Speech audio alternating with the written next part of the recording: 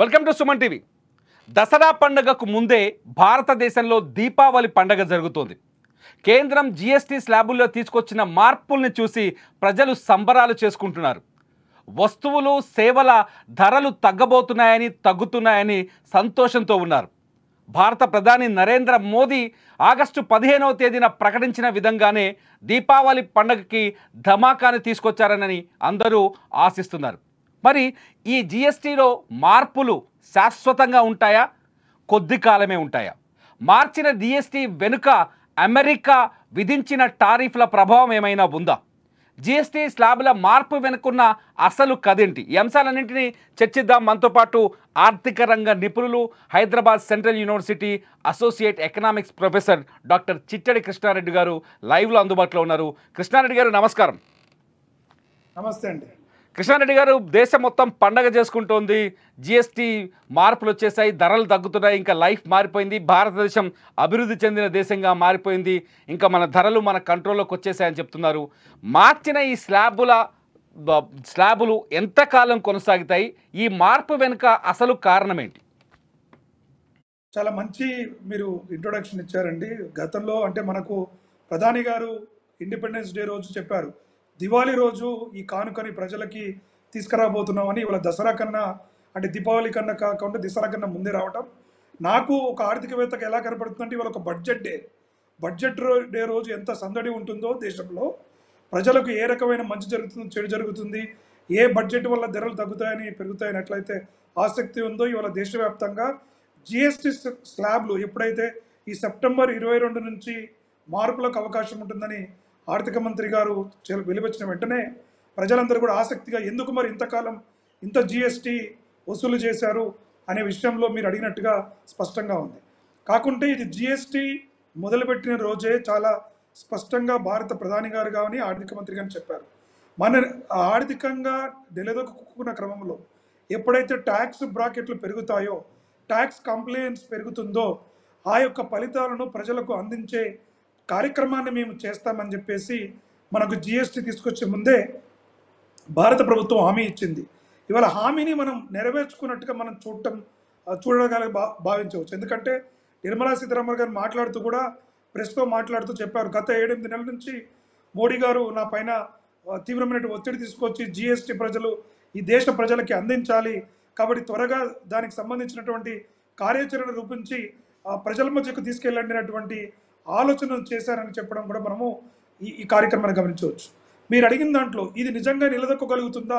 ఎందుకంటే గతంలో దాదాపుగా 28% ఉన్న ట్యాక్స్ను ఇవాళ 5% లేదా 18% ఇలా ఇంత తక్కువ శాతానికి తీసుకురావటం ద్వారా ఇది నిలదొక్కునే ప్రయోజనం ఖచ్చితంగా దేశ ఆర్థిక ప్రయోజనాలు, దేశంలో ట్యాక్స్ కంప్లైంట్స్ అంటే గతంలో పన్ను చెల్లించని వారు కూడా పన్ను పరిధిలోకి రావటం, అన్ని రకాల వస్తు సేవలను ఈ డిజిటలైజేషన్ పుణ్యమా అంటూ ప్రతి వస్తు సేవల అమ్మకాలు, కొనుగోళ్లు, ప్రతి వ్యాపారుడు చేసేటువంటి వ్యాపారం యొక్క విలువ, దానికి సంబంధించిన జిఎస్టీ రావడంతో ఆదాయాలు కూడా పెరుగుతున్నాయి. కాబట్టి ఆ పెరిగిన ఆదాయంతో పాటు ప్రజలకి లబ్ధి చేకూర్చే విధంగా ఇవాళ మనకు జిఎస్టీ కౌన్సిల్ అనేటువంటిది నిర్ణయం తీసుకుంది. కృష్ణారెడ్డి గారు, ఏ వస్తువులపైన ఎక్కువగా ప్రభావం చూపించే అవకాశం ఉంది? అంటే లగ్జరీ వస్తువులపైన ప్రభావంతో వస్తువుల ధరలు తగ్గడం వల్ల ఉపయోగం కలుగుతుందా, లేకపోతే సామాన్యులు రెగ్యులర్గా వాడే వస్తువులు కనిపిస్తున్నాయి, చెప్పులు అని చెప్తున్నారు, లేకపోతే ఎలక్ట్రిక్ వస్తువులు అంటున్నారు, ఆహార పదార్థాలు అని చెప్తున్నారు, వీటి వల్ల ఎంత మేర ప్రభావం చూపించే అవకాశం ఉంది? ఖచ్చితంగా అంటే భారత ప్రభుత్వం ఈ జిఎస్టీ కౌన్సిల్లో ప్రధానంగా తగ్గించినటువంటి వస్తు సేవల ధరలు ఏవైనా ఉన్నాయి అంటే అవి పేద మధ్యతరగతి ప్రజలు ఎక్కువగా వాడేటువంటి వస్తువులు. ఉదాహరణకు కొన్ని అంశాలను మీ ముందు ఉంచే ప్రయత్నం చేస్తాను. లైఫ్ ఇన్సూరెన్స్ అంటే గతంలో కూడా మనం బడ్జెట్ ప్రవేశపెట్టే సమయంలో కూడా చాలామంది కోరుకున్నాం, దేశంలో ఆరోగ్య ఖర్చులు పెరిగిపోతూ ఉన్నాయి, ఇట్లా ఇన్సూరెన్సులు చేసుకుంటే కూడా దాని మీద ఒక ఈ 18%, 28% ట్యాక్స్లు పే చేయడం ఏదైతుందో అది భారంగా ఉంది, ఈ ప్రజల యొక్క భారాన్ని తగ్గించే అనేటువంటి వాదన మనకు చాలా బలంగా కనపడింది. ఇవాళ జిఎస్టీలో అది కూడా తగ్గిపోయింది.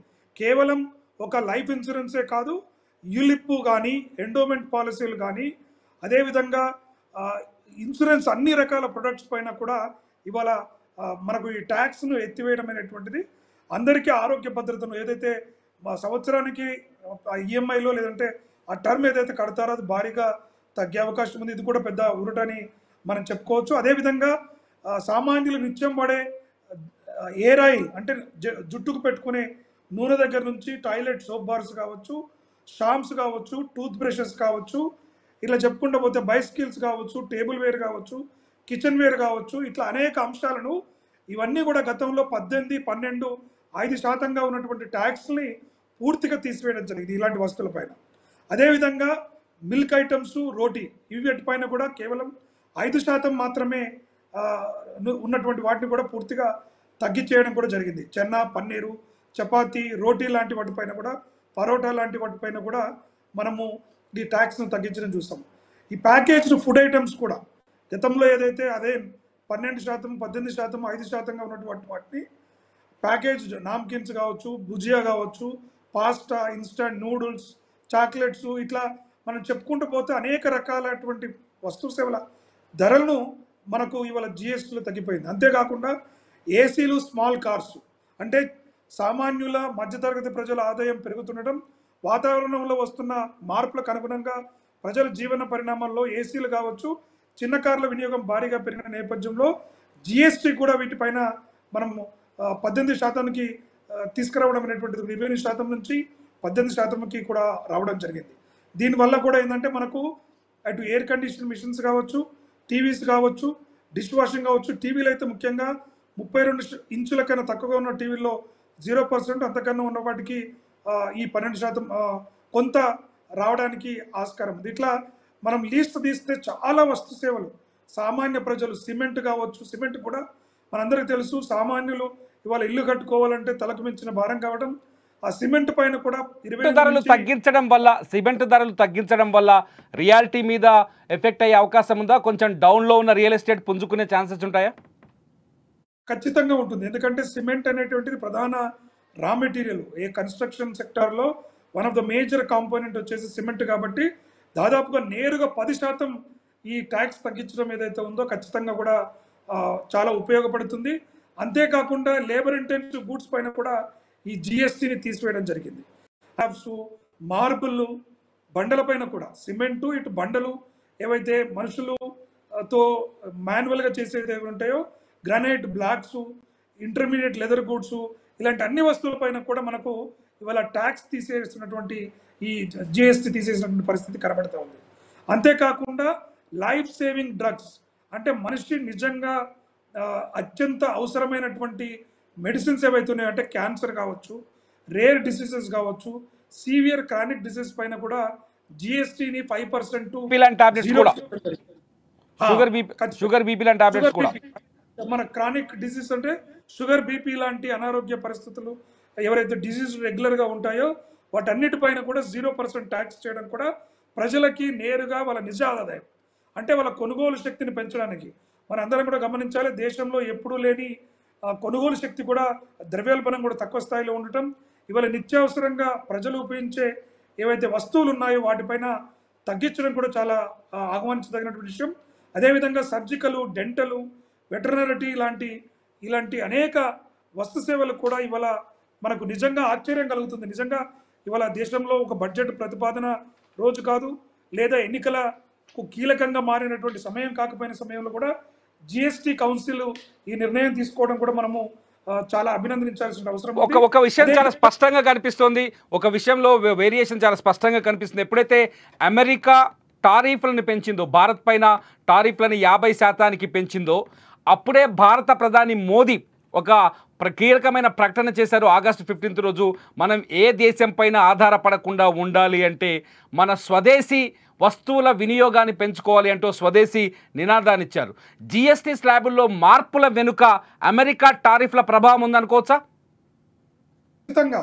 ఎందుకంటే గతంలో సరే నిర్మలా సీతారామన్ గారు మాట్లాడుతూ ప్రధాని గారు ఒక 6-7 నెలల నుంచి చెప్తున్నారని చెప్పినప్పటికి కూడా ఇవాళ ప్రకటన రావడానికి ముఖ్యంగా అమెరికా టారిఫ్లనే చెప్పాలి. ఎందుకంటే అమెరికా టారిఫ్ల భారంతో మనకు మోడీ గారు కూడా స్వదేశీ ఉత్పత్తులను పెంచాలన్నప్పుడు మరి ప్రజలకు కొనుగోలు శక్తిని పెంచాలి, లేదా వాళ్ళకి స్వదేశీ వస్తువులపైన నమ్మకాన్ని పెంచాలంటే కొంత సరసమైన ధరలకు అందుబాటులో ఉన్నట్లయితే ప్రజలు ఎక్కువగా డిమాండ్ చేసే అవకాశం ఉంటుంది, ఎక్కువగా వినియోగించే అవకాశం ఉంటుంది. ఎప్పుడైతే స్వదేశంగా వస్తు సేవల యొక్క గిరాకీ పెరుగుతుందో అప్పుడు ఉత్పత్తి కూడా పెరగడానికి ఆస్కారం ఉంటుంది. ఇతర దేశాలకు ఎక్కడైతే మనం ఎగుమతి చేసేదో ఆ వస్తువులు స్వదేశంలో కనుక డిమాండ్ పెరిగితే ఆ సంస్థల యొక్క నష్టాలు కూడా తగ్గిపోవడానికి ఆస్కారం ఉంటుంది. అంతేకాకుండా స్వదేశీయంగా మరింతగా పరిశ్రమలు ఔత్సాహికమైనటువంటి ఈ ఎవరైతే స్టార్టప్స్ కావచ్చు, ఎందుకంటే ఇవాళ అన్ని స్మాల్ స్కేల్ ఇండస్ట్రీస్కి హ్యాండ్మేడ్ క్రాఫ్ట్స్ దగ్గర నుంచి, గార్మెంట్స్ దగ్గర నుంచి, ఫెర్టిలైజర్స్ నుంచి, అదేవిధంగా రిన్యూవబుల్ ఎనర్జీ డివైసెస్ దగ్గర నుంచి, హోటల్స్, బ్యూటీ, వెల్నెస్ సర్వీసెస్ లాంటి అనేకటువంటి పైన, అంటే ఒక సామాన్యుడు వ్యాపారాలు చేసుకునేటువంటి వ్యాపారాల పైన ఇది ప్రత్యక్షంగా ఒక మంచి పాజిటివ్గా ప్రభావం పడే అవకాశం ఉంది. కాబట్టి ఇవన్నీ కూడా కొంత లాభాల బాటలో ముందుకెళ్ళడానికి ఆస్కారం ఉంటుంది. అదేవిధంగా మనకు దేశ ఆర్థిక వ్యవస్థలో ఇప్పటికీ అర్థమైంది, అంటే మనము వివిధ దేశాలతో, అమెరికా కూడా గత ఈ 20th సెంచరీ 21st సెంచరీలో మన అమెరికానే ప్రాబల్యం కనపడింది. అమెరికా సుప్రమసీ అనేటువంటిది యూనిపోలార్ వరల్డ్ ఏదైతే చూపిస్తున్నామో దానికి ప్రత్యామ్నాయంగా ఈ మల్టీపోలార్ ఆర్థిక వ్యవస్థలు రావాలి, దేశాలు స్వదేశంగా బలంగా ఉండాలన్నటువంటి నినాదంలో ఖచ్చితంగా మీరు అన్నట్టుగా టారిఫ్ల థ్యాంక్స్ టు మోడీ, మన ముఖ్యంగా ఇది మనం ట్రంప్ని ఏదైతే చేస్తున్నామో ట్రంప్ కూడా ఒక రకంగా ఇవాళ భారత ప్రజలకు ఊరట కలిగించండి మనం చెప్పుకోవాలి. ఇక్కడ కృష్ణారెడ్డి గారు ఇక్కడ క్వశ్చన్ ఉంది, ఎందుకంటే జిఎస్టీ కౌన్సిల్ సమావేశాలు రెగ్యులర్గా జరుగుతుంటాయి, వస్తువులపైన వస్తు సేవలపైన ట్యాక్సులు మారుతూ వస్తూ ఉంటాయి. ఇప్పుడు ప్రకటించిన ఈ జిఎస్టీ స్లాబులు పరిమితంగా ఉంటాయి అనుకోవచ్చా, లేకపోతే మార్పుకు అవకాశం ఉందా అతి త్వరలోనే? జిఎస్టీ కౌన్సిల్ ఎప్పుడు కూడా మీరు అన్నట్టు కరెక్ట్గానే ఎప్పుడు ప్రతిసారి మీట్ అవుతూనే ఉంటాయి. అవసరానికి సందర్భంగా దేశాలు సంవత్సరానికి అట్లీస్ట్ ఒక 3-4 సార్లు జిఎస్టీ కౌన్సిల్ మీటింగ్స్ అయినప్పుడు అప్పుడున్నటువంటి ఆర్థిక వ్యవస్థ ఏమిటి, ఏ వస్తువుల సేవలపైన మనం ధరలను పెంచాలి, తగ్గించాలి, ఏ రకంగా మనం పన్నులను విధించి దేశ ఆర్థిక వ్యవస్థను కాపాడుకోవాలనేటువంటి ప్రక్రియ చర్చ జరుగుతుంది. ఇవాళ కూడా జిఎస్టీ కౌన్సిల్లో భారత ప్రభుత్వ ప్రపోజల్ను, ప్రతిపాదనను అన్ని రాష్ట్రాలు ఏకగ్రీవంగా ఆమోదించాయని మన ఆర్థిక మంత్రి గారు చెప్పడం జరిగింది. ఎందుకంటే ప్రతి జిఎస్టీ కౌన్సిల్లో ప్రతి రాష్ట్రానికి సంబంధించిన ప్రతినిధి కానీ, ఆర్థిక మంత్రి కానీ దీంట్లో కీలక సభ్యులుగా ఉంటారు. కాబట్టి ఇవన్నీ కూడా రాబోయే రోజుల్లో రివైజ్ చేయడానికి కూడా ఆస్కారం ఉంది. కాకపోతే మనందరికీ తెలుసు, ఒకసారి ఏదైనా వస్తువులపై భారీగా తగ్గించినప్పుడు పెద్దగా ప్రచారం ఉండదు, లేదా అప్రిసియేషన్ ఉండకపోవచ్చు. కానీ ఎప్పుడైనా కొంచెం పెంచినప్పుడు కూడా మనము ఇటు మీడియా వర్గాలు కానీ, సామాన్య ప్రజలు కానీ మా పైన గుదిబండ వేస్తున్నారనేటువంటి అపవాద ఆందోళన వస్తుంది. కాబట్టి ఖచ్చితంగా ఒకసారి తగ్గించిన అంశాలపైన మళ్ళీ పెంచాలన్నప్పుడు కొంత ఇప్పుడు తగ్గించినంత అగ్రెసివ్గా మళ్ళీ పెంచాలన్నా కూడా ప్రభుత్వాలు అంటే రాజకీయంగా కొంత ఇబ్బంది ఎదుర్కోవాల్సి వస్తుంది. కాబట్టి అది రాకపోవచ్చు అని మనం భావించవచ్చు. వచ్చినా కూడా ఆశ్చర్యపోవాల్సిన అవసరం లేదు. ఎందుకంటే భారత ప్రభుత్వం ఈ నిర్ణయం ఎంత ఆర్థిక రెవెన్యూను తగ్గించబోతుంది, ఆ రెవెన్యూ లాస్ని ఒకవేళ కనుక అగ్రిగేట్ డిమాండ్ పెరిగితే, అంటే మనము ఏదైతే ట్యాక్స్ రూపాయన తగ్గిస్తున్నామో అంతే ప్రపోర్షనేట్గా అంతకన్నా ఎక్కువగా వస్తు సేవల వినియోగం కనుక పెరిగి ప్రజలు కనుక ఎక్కువ వస్తు సేవలను డిమాండ్ చేసి మన టోటల్ వాల్యూమ్ ఆఫ్ సేల్స్ కనుక పెరిగితే అప్పుడు మనకు ఖచ్చితంగా ఆర్థిక ప్రయోజనం అనేటువంటిది చేకూరడానికి ఆస్కారం ఉంటుంది. ఇప్పుడు తీసుకొచ్చిన జిఎస్టీ మార్పుల్లో బంగారం పైన ప్రభావం చూపించే అవకాశం ఎంతవరకు ఉంది? బంగారం ధరలు తగ్గుతాయా, పెరుగుతాయా అనుకోవచ్చా? బంగారము ఇప్పుడు జిఎస్టీ సంబంధించిన విషయాల్లో పెద్ద ప్రభావం లేకపోయినా అంతర్జాతీయంగా అమెరికా వేస్తున్న టారిఫ్లు ప్రభావంతో అందరూ ప్రత్యామ్నాయంగా బంగారం వైపే చూస్తున్నారు. అందుకని హిస్టారికల్గా 1,06,000 దాటి 10 గ్రాముల గోల్డ్ ఇవాళ మనం వెళ్ళిపోవడాన్ని గమనిస్తున్నాం. రాబోయే రోజుల్లో బంగారానికి మరింత డిమాండ్ పెరిగే అవకాశం ఉంటుంది. ఎందుకంటే ఎప్పుడైనా కూడా అమెరికా వడ్డీ రేట్లను పెంచడం కావచ్చు, అమెరికా ఆర్థిక వ్యవస్థ ఆధారంగానే, ఎందుకంటే అంతర్జాతీయ రిజర్వ్ కరెన్సీగా పనిచేస్తూ ఉండడం, అక్కడ ఆర్థికంగా కొంత ఒడిదొడుకులు ఎదుర్కొనడం, అమెరికాలో వస్తు సేవల ఇబ్బంది ఉండడం, అమెరికా కూడా అందరూ ఆశించిన స్థాయిలో ఆర్థిక వ్యవస్థ పురోగమనం చెందట్లేదు. కాబట్టి ఖచ్చితంగా ప్రత్యామ్నాయంగా బంగారం వైపే ప్రతి దేశం కూడా ముందుగా వెళ్ళడానికి ఆస్కారం ఉంటుంది. కాబట్టి ఖచ్చితంగా బంగారం ధరలు జిఎస్టీలోకి తీసుకొచ్చినా, నువ్వు పన్ను శాతం ఎంత తగ్గించినా బంగారం ధరలు రాబోయే కాలంలో ఖచ్చితంగా ఇంకొంతకాలం, అంటే ట్రంప్ ఏం జరగబోతుంది, ట్రంప్ నిర్ణయాల్లో ఒక స్థిరత్వం వచ్చేంత వరకు ఒక ప్రత్యామ్నాయంగా బంగారం అంతర్జాతీయ మార్కెట్లో ఖచ్చితంగా ఉండే అవకాశం ఉంటుంది. కృష్ణారెడ్డి గారు ఒక ప్రశ్న ఏంటంటే, ఒకవేళ ఇప్పుడు జిఎస్టీ స్లాబుల్లో వచ్చిన మార్పులతో భారతదేశంలో కొనుగోలు శక్తి పెరిగితే, స్వదేశీ కొనుగోలు శక్తి పెరిగితే, అంటే ఇతర దేశాలపైన భారత ఆర్థిక వ్యవస్థ చూపించే ప్రభావం ఎలా ఉండబోతుంది? ముఖ్యంగా మనకి ఎగుమతుల పైన ప్రభావం ఉంటుందండి. అంటే గతంలో కూడా మనం ఫర్ ఎగ్జాంపుల్ బాస్మతి బియ్యము ఎప్పుడైతే భారత ప్రభుత్వం కొంత రిస్ట్రిక్షన్స్ పెట్టడము, కొన్ని నిబంధనలు పెట్టినప్పుడు భారతీయులు వివిధ దేశాల్లో ఉన్నటువంటి, ముఖ్యంగా అమెరికాలో ఉన్నటువంటి భారతీయ సమాజం తీవ్రంగా నిరసన వ్యక్తం చేసింది. మాకు భారంగా అవుతుంది, చాలా ఇబ్బందికరంగా ఉండే పరిస్థితి అని. కాబట్టి ఖచ్చితంగా ఇప్పుడు అంతర్జాతీయ జియోపాలిటిక్స్ నేపథ్యంలో భారతీయ పౌరులు కావచ్చు, అది లేదా అమెరికన్స్ కావచ్చు, వాళ్ళందరిపైన కూడా కొంత ఆర్థికంగా భారం పడే అవకాశం ఉంది. భారతీయంగా స్వదేశంగా ఎప్పుడైతే మన వస్తువుల గిరాకీ పెరుగుతుందో మన ఎగుమతులు కొంత మేరకు ప్రభావం చూపించవచ్చు, లేదా ఎగుమతులు తగ్గకుండా ఉత్పత్తిని పెంచుకొని ఉపాధిని పెంచి దేశ ఆర్థిక వ్యవస్థకు ఊతం చేయవచ్చు. ఎందుకంటే భారత్ కూడా అమెరికా నుంచి ప్రత్యామ్నాయంగా ఇటు యూరోప్ వైపు కావచ్చు, మిడిల్ ఈస్ట్ వైపు కావచ్చు, ప్రత్యామ్నాయ వ్యాపార సంబంధాలను పెంచుకోవడానికి కూడా ఇటు చైనాతో కావచ్చు, మిగతా అన్ని దేశాలతో వ్యాపార సంబంధాలను బలోపేతం చేసుకుంటూ అమెరికాకు ప్రత్యామ్నాయంగా మార్కెట్లను అభివృద్ధి చేసే క్రమంలో మన ఈ మధ్యనే భారత ప్రధాని గారు పుతిన్తో కానీ జిన్పింగ్తో కానీ చేసినటువంటి చర్చలు కావచ్చు, మనం అందరము మీడియాలో చూసాము. ఆసక్తికరంగా ఉంది. అంటే భారత్ యొక్క ప్రభుత్వం యొక్క కానీ లేదా దేశం యొక్క ఆర్థిక శక్తిని గుర్తించినట్టుగా కనబడుతూ ఉంది. కాబట్టి రాబోయే రోజుల్లో మనకు అంతర్జాతీయంగా కూడా పెద్దగా భారత్ ఒక బలమైన శక్తిగా ఎదగడానికి, ఇక్కడ ఉన్నటువంటి ఔత్సాహికులైనటువంటి వ్యాపారస్తులకి, వ్యాపారం చేయాలనుకునే వారికి కొత్త అవకాశాలను పెంపొందించే విధంగానే ఉంటుంది తప్ప ఇది ఒక తిరోగమనంగా ఉండదు, పురోగమిగానే ఉంటుందని మనం భావించాల్సిన అవసరం ఉంటుంది. Right. Thank you very much Krishna Reddy గారు, మీ విలువైన సమయాన్ని మా సుమన్ టీవీ కోసం కేటాయించినందుకు. ఇది మొత్తానికి దసరాకి ముందే వచ్చిన దీపావళి పండగకి సంబంధించిన పూర్తి సమాచారం. ఇప్పుడు తగ్గిన జిఎస్టీ మళ్ళీ పెరగడానికి మాత్రం కొంత సమయం పట్టే అవకాశం ఉందని నిపుణులు చెప్తున్నారు. ప్రస్తుతానికైతే ఇది పండగ చేసుకోవాల్సిన సందర్భం. ప్రభుత్వం నిజంగా సామాన్యులకి వరం ప్రకటించిందనే భావించాలి. అసలు మీరేమనుకుంటున్నారు జిఎస్టీ స్లాబ్ల మార్పు పైన, తగ్గుతున్న వస్తు ధరలపైన? ఈ వీడియో కింద కామెంట్ చేయండి. చూస్తూనే ఉండండి లైవ్ అప్డేట్స్ కోసం సుమన్ టీవీ డిజిటల్ లైవ్, అట్లాగే సుమన్ టీవీ లైవ్.